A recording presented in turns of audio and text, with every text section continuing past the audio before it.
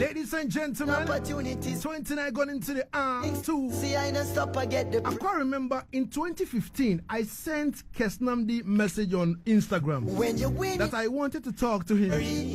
Listen, up to now, I haven't got any response from him. And I have to say this.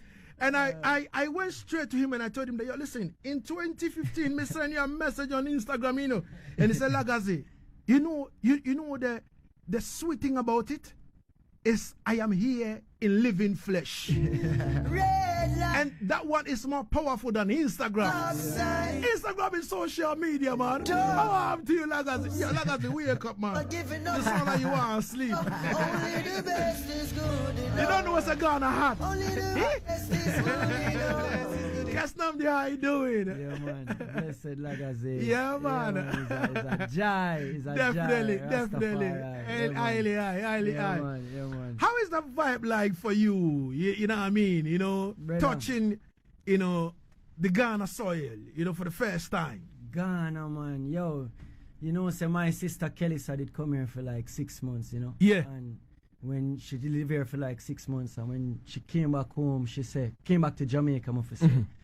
She always tell me, yo, Ghana coming like Jamaica, like exactly. Cause I remember saying, you know, yeah, we dep on the continent for a long time too, you know. Definitely. So we used to live in Eastern Africa. Yeah. In Tanzania, as you were saying, for 3 years. Of course. And then we moved to Ethiopia for 3 years. Definitely. So we did there from a young age, like me graduating in Ethiopia, you know. Wow. School. You know? School in Ethiopia. Yeah, wow. Man. So I did all of my latter part of years in Africa. Same. And then like me leave Jamaica when me about 13 years old. So and then come to Africa. You know. Same. So, but we never get a chance. We go all about on the continent. We go Egypt, we go South Africa, we go Kenya, we go Uganda. No, we never go Uganda. No, we go Uganda. Like me and tell. We go Uganda. Yeah, you see me, we go all in places, but we never get to touch the west side, you know? Yet. So for be here now, and when Kelly tell me, say, yo, the west side coming just like Jamaica. When I say,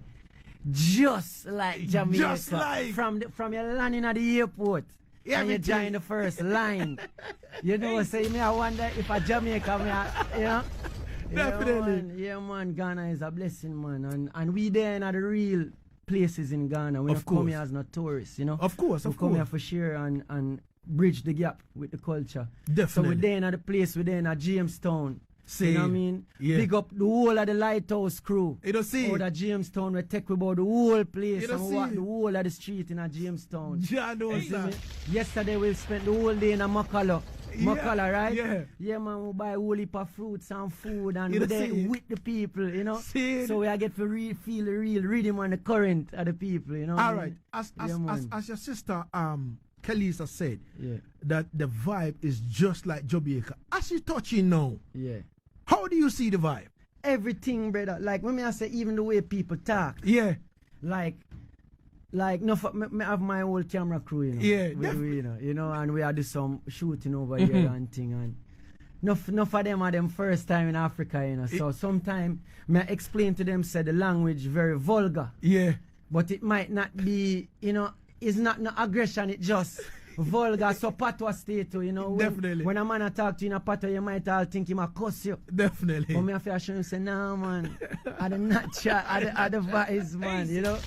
So them kind of differences is very similar, you know. And just the people, no, me I look upon certain people, me see a youth where look like one of my uncle named Firehead in Jamaica. See. You know, big up Firehead anyway, you know. I'll be a see, me I say, T, and a Firehead that look at the African Firehead that. Definitely. You know what I mean? If yeah, you man. just like him. Yeah, man. And then we go amongst where Oliver them would I love ask him what the place where we did go. We did go celebrate the 92nd coronation of His Majesty. Akuma Village. Yeah, Akuma Village.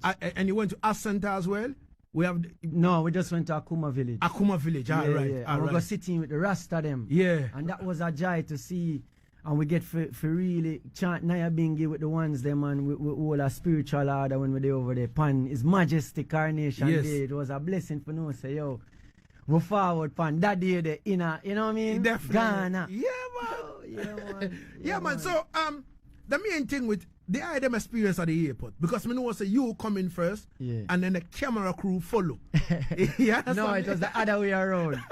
It was the camera crew forward first, and you come in, and then we forward after. All right, yeah. All right. I mean, yeah, say yo. They move the camera crew and say, yo, come like them, bring some. Me don't know, but how was the experience like? This is Ghana. Well, at first, when them see the old camera crew, them did probably get a little intimidated because we did bring some camera equipment. Yeah. But when we explain to them, the officials, what we really are deal with and what we really trying to do, and them know what we are deal with, them understand. You know what I mean? It's not what it may look like. It may look like a big sitting, but I just some personal thing we are dealing with over here, so you know what I mean? See. So we give thanks to all of the ones them at the airport where did have the patience. Them did all the camera equipment for a night. But from we forward and them see Rasta, them know say, you know what I mean, a good vibration. A good you vibration. understand? Yeah, man. Yeah, I like to say big up to the authorities at the airport. You understand me? Yeah. Easy. But the same way like Jamaica too. The same way in Jamaica I go. Even when me go home, I may have my recording equipment. We get problem when is when from them see the hard shell case. Them know say some powerful. What that? Natty dreadlocks. You have to go open up this man. This look dangerous. Look like ammunition. Yeah, man, you have to open up this one. I could see what in there. Yeah, man. We give thanks. So, moving forward right now, 35 going into the 2, and I would like to box everything into, a short space because 3 p.m. the sports crew will take over. Yeah, man. Tell us a bit about yourself. I know you come from a musical family, both parents and all that. And at the age of 5, you featured on your mother's album and all that kind of thing. Yeah, I'm looking at you and I'm saying, at the age of 5? Yeah. What you mean, man? At the age of 5, you can sing and do things and all that kind of thing. Tell me about yourself, Keznamdi. Well, growing up, we did always have access to music because my parents were musicians, you know what I mean? So just the music, the kind of choice of music we are playing at the household, you're not going to hear upon radio. You're not going to really, you know what I mean? You have to go get a vinyl for hear that, Yeah. So, growing up, and then on top of that, my parents were real musicians. Like, I mean, the pure-hearted musician where them not do music for money or none of them things. They are for free people with music, my parents, real revolutionaries. You see me? So we grew up under them kind of, regime there. But, it's just because music was so easily accessible for me, we end up just do music just for fun. It was never a thing where we are say, we are try to be an artist or nothing. It's really football me did love. Yeah. And me did a look for a field yesterday for come play some ball yesterday, but we couldn't find because I have my boots, And I didn't want the Ghana people know say nobody ramp with Rasta, I have my boots, but we couldn't find a field. But I really, football we did want to play, what I mean? So what exactly happened with football? Nothing really happened with football, We did get some little injuries later on, but really and truly, to be totally honest, it was just kind of growing up and understanding what the music did really mean for people and what it really do for people. Like, growing up, me did spoil, because I grew up with parents who are Rasta. So I never forgot too far to forget certain heights in myself. Definitely. Just there on in that kind of household, the heights where I get just from hearing the conversations of my father and my mother and the kind of things we are going in the household. We did depend on different heights as youth I grew up, you know what I mean? So, I feel like is when me start to grow up now and become an adult now, like as a young youth, like a 13, 14-year-old now, and start to understand what this music is and what it really means. Me start to look at it a little differently rather than just my parents are playing music. Me start to understand what my parents really are do. You understand? So, them time, that battle between football. Football was a way to get to school. We use that as an avenue to get to school. You know what I mean? But then the music did take over. It was no doubt. Like from 12, 13 years old, I didn't know say music more. All right. Yeah, man. From 12, 13-year-old. But as we are saying, we are recorded mommy and daddy from 5, 6 years old. And we are do. My mother was working on a children's album at the time. So, you know what I mean? When I was 5, called Save the World. It's a nice children's album. Yeah. She was actually putting in the works to remaster it and and re-release it again right now. So wow. Yeah, wow. man. Wow. Easy. Chakula and Goldilocks, big up on yourself anyway you're there. You don't see it. Yeah, man. You My don't see it. parents, Chakula and Goldilocks. Definitely, Yeah, man. definitely. So now, at what age did you move from Jamaica to Tanzania, from Tanzania to Ethiopia, and what exactly inspired the idea to move just like that from? Well, my mother worked for the UN. Okay. You know what I mean? So when she was doing that, the Jamaica, she get her job and she did it in Jamaica for like a couple years, and them really like her, and them say, yo, them want, move the whole family to Tanzania. Them time them don't even know what is Tanzania. Definitely. Me I say, Tanzania, what that? As some youth. You see me? Easy. And my mother say Africa and this, and then now we get for real. That's why I give thanks. Forget them real, what you would have called it, exposure there. Because you get to really see life in a different level when you're sitting on a different side of the globe, you know what I mean? And you get to see it from two polar, you know what I mean? Definitely. All right. Easy. So let's talk about life experience a bit in Tanzania and also Ethiopia, and then we'll step into the Bloodline album.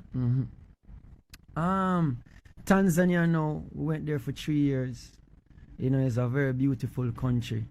While I was living there, I pretty much could understand the language Kiswahili. Yeah. You know what I mean? Yeah. And I could do all the street talking, for really get around, and yeah. You know what I mean? And we did a run round as youth. I play enough ball in Tanzania. You know what I mean?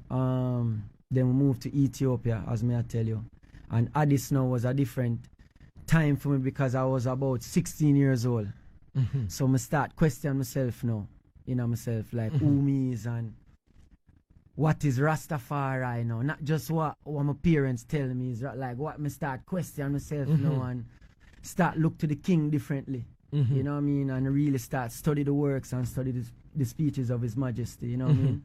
And actually being in Ethiopia while studying that was also another experience because we have direct access, and it was a divine thing, and I think Ethiopia is just a very spiritual country. Like it have a lot of churches and just a lot of respect for the culture. And we are Orthodox, Me baptized in a Orthodox, All right. My baptism name is Haile Mikel, Haile Mikel. So my parents grew up as Orthodox, following the footsteps of His Majesty, you see me? All right. So yeah, we get to experience the church in that way. They were going enough church, man. Lalibela, we go Aksum. We chad the place, brother. We go link with the man them enough in a Shashamani. Okay. Gives him enough time. We were living in Addis at the time. Addis Ababa, the main city of Ethiopia. Okay. And then enough time, like on special holidays or whatever, we would drive out to Shashamani 6 hours and link up with the family. Them like Flippins, big up Flippins anyway. Where they pass RIP, but you don't know Flippins family. We love you. Yeah, man. Them man, they really are the matriarch and the visionary of the movement from the Jamaicans them forwarding over to Ethiopia. You know what I mean? Yeah, man. All right. At 42 going into on Easy. Asaase Radio nationwide. Yeah. We're live on 99.5 in Accra, 98.5 in Kumasi, 100.3 in Cape Coast, and 99.7 in the northern region, Tamale. At Asaase Radio, we are nationwide. Easy. Now, our guest in the studio is Keznamdi. Easy. And he's in Ghana for a few days. I think I need almost like 2 hours with Keznamdi, to really talk proper. But it's unfortunate I have to box everything in because we have to make a way for the sports crew. But let's step into the album Bloodline. Yes, brother. What exactly motivated this Bloodline? Brother, everything me write from my heart, You see me? Me can't go in a studio. Me are not one of them man they were forced for going in a studio and them thing there. You see me? Like, me go in a studio when me inspired. You get me? When me feel me as a man me like for live for like 3-4 months, and then me go in the studio for like 2 months straight. Me not come out. You know what I mean? Really? Yeah, man. And then I go live some life again. You see me? Because you have to live life, brother. Of course. If you write music. Definitely. If you want to write music where people can relate to and feel, it have to be your life where you are right about. But Bloodline now was an album where really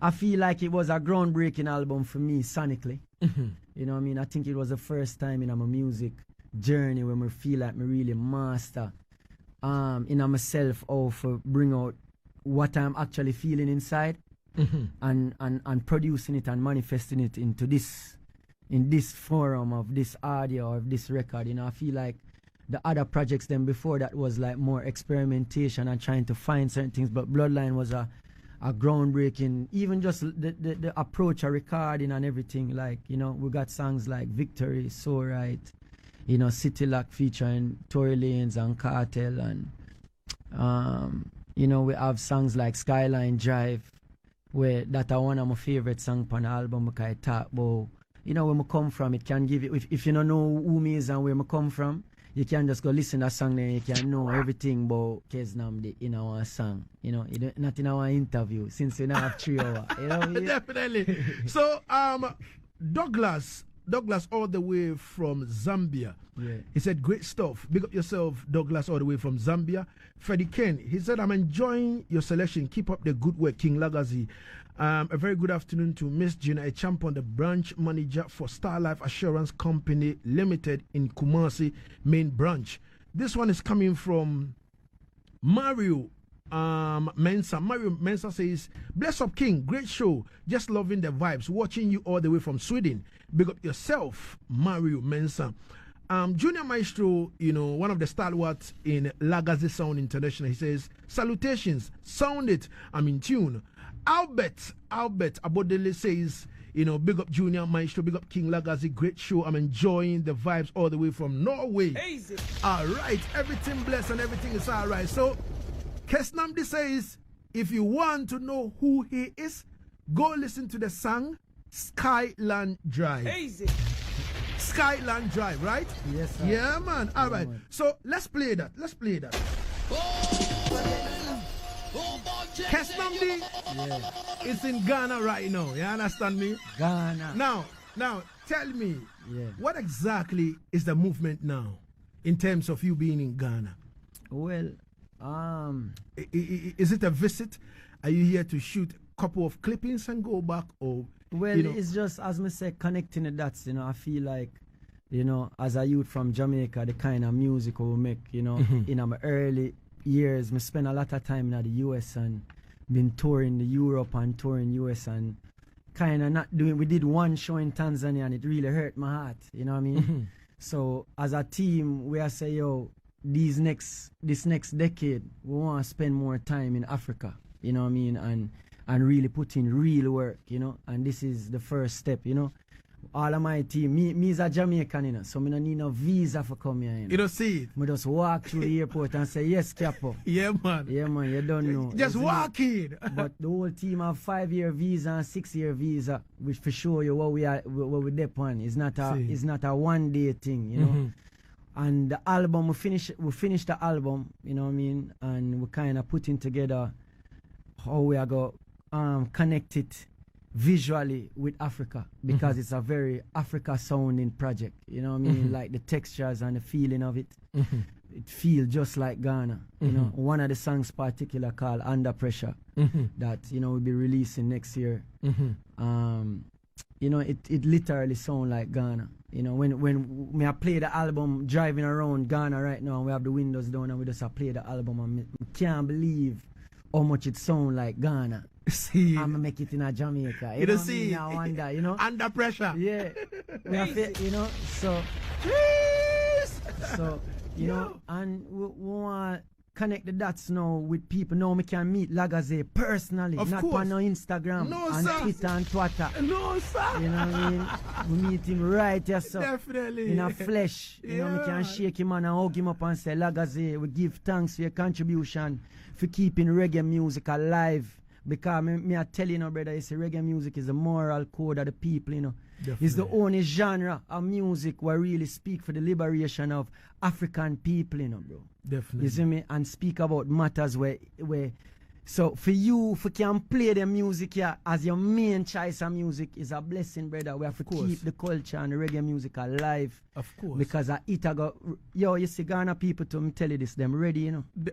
Them ready for lift up, you know. Ghana is more than ready. You know, them ready, you know. Ghana is more than ready. It a happen, you know, because I feel the tempo and the rhythm of the people, you know. Of course. So, we want to try see if we can be one of the, you know, in my generation, for kind of do more things in Africa, for kind of try get more of my generation and fight for come over here, because America nice and thing, you know, but for reggae music, you have to come to Africa, brother. Of course. That's just the truth. It's a little bit more complicated because Africa is not united yet, but it a go take that kind of work where you can call one agent in America for tour the whole of America. Mm-hmm. But when you come to Africa, you have to call 100 different man in a one country at 10,000 different language and tribe, and you see me? Yeah, man. So it's a lot more, you know. So, but we are gonna really try to see how we can really involve Africa more, because the kind of music what we make for this continent, you know. And Africa is a place to be right now. Like, if you know what's going on right now musically and thing, Africa really push certain positive music forward. Of course. Yeah, man. And I feel that's a very important space right now. So we give thanks. All right. We have 6 more minutes to go away, and I would like to put in this request that coming Saturday we have a big dance to celebrate one, you know, youth in the radio and sound system culture space. Yeah. And I'll need some dubs from the eye to go represent. Oh, all right. So the one asking for some dubs from the radio. No, they are one of the hardest man for the dub. Yeah, but you want to know Lagazee. Yeah, man. I deal with it, man. Of course. It proper, man. Of course. So, yeah, man. So you know what I go on? Yeah. Me have my own studio. Yeah. Not far from over here. So it's easy to pick you up and say, all right, nothing. Let's go. You know what I mean? Yeah, man. So in the course of the week, since me and your manager cool, I hope it's not going to be hard on me. You understand me? Nah, man. Yeah, man. I mean, like him. He's kind of cool and calm, and he's going. Man, Eritrean, you know. All right. Man, so you know, African. Yeah, man. If you look on him, you know what I mean? He's an Eritrean, so. Definitely. You know, yeah. Definitely. Yeah, man. Me like the team already. Me like the team already. Yeah, man. And we have to big up Nathaniel, you know what I mean? The man the visionary behind a lot of this. It was him, the man big director in America. They do enough big project for enough of the big brands that everybody love to wear and everything. Them man you can't pay them man Yo. You know what I mean? Walk into camera. Yeah, man. Walk into camera and sit down and you can't say a word. You can't pay them money, you know. Them money work for passion, you know. Me can't afford them money in a Lagazee. Them money just love the music and show with some love and support, you know. So them money is one of the reasons why we're also here, because when you hear the album, he say, Kez, I forgot Ghana, brother. Yeah. So Kez says we can't pay you. Yeah. Just come close to the mic. Yeah. And so we can't pay you. So you tell me a bit about what exactly you are doing in terms of the team. In terms of the team, it's really just like talking to Kez, spending hours on the phone, middle of the night, not sleeping, research, development, listening to the music over and over and over again. And it's like, you know, coming up with a vibe, figuring out what he should wear, like, you know what I mean, where should we go, countries, like cameras, like what do we need, who should we bring to Africa. So that's really it, you know. Wow. Yeah. So you alone thinking about all these things, where to go, what to wear, who to bring on board, how to move and all that kind of thing. Yeah. Well, you are the brain behind that. Yeah. So let's say I got no. Easy. hours. Yeah. We spend like 5-10 hours a day, like on the phone. How old are you? 26. 26. Yeah. Ghana. Yo, we have all the people over here. You understand me? Yeah. We have everything we need. Yeah, you understand me? Yeah, man. This is why I keep telling the artists that put in the work. Yeah, man. So that when the opportunity comes, you will not be left out. Yeah, man. Because if you're not prepared, you understand me? And it's stepping problem. Gentlemen, your name once again? Nathaniel Lamadi. Yeah. Okay. And can you put out your Instagram or anything for people to follow you? For sure. At Nathaniel Lamadi, NATANAEL AMADI. All right. Yeah, man. I like how you sound. Yeah, man. Them man, are one of the visionary. Them. Yeah, man. The next generation of youth where do some powerful works and then a joke thing and then like you just pick up camera and shoot. No, this is a. Oh, we are like the lens. Okay. Of culture. We're the lens for culture. You know what I mean? So it have to be thought about and brought in a very specific way to make sure it is done in the most authentic way. Definitely. We have 2 more minutes to go away. My producer is signaling me that yo Lagazee, don't lose your head, man.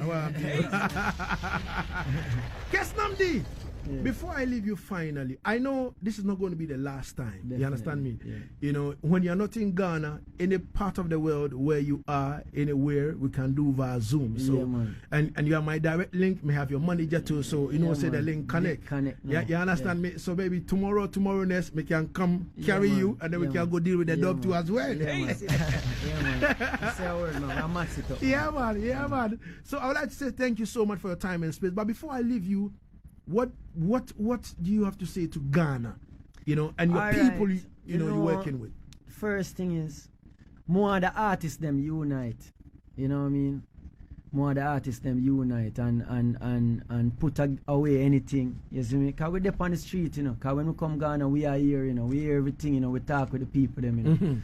And just in a general way, would I love the artists them unite. And then the next thing too, yo, we have to free up marijuana, brother.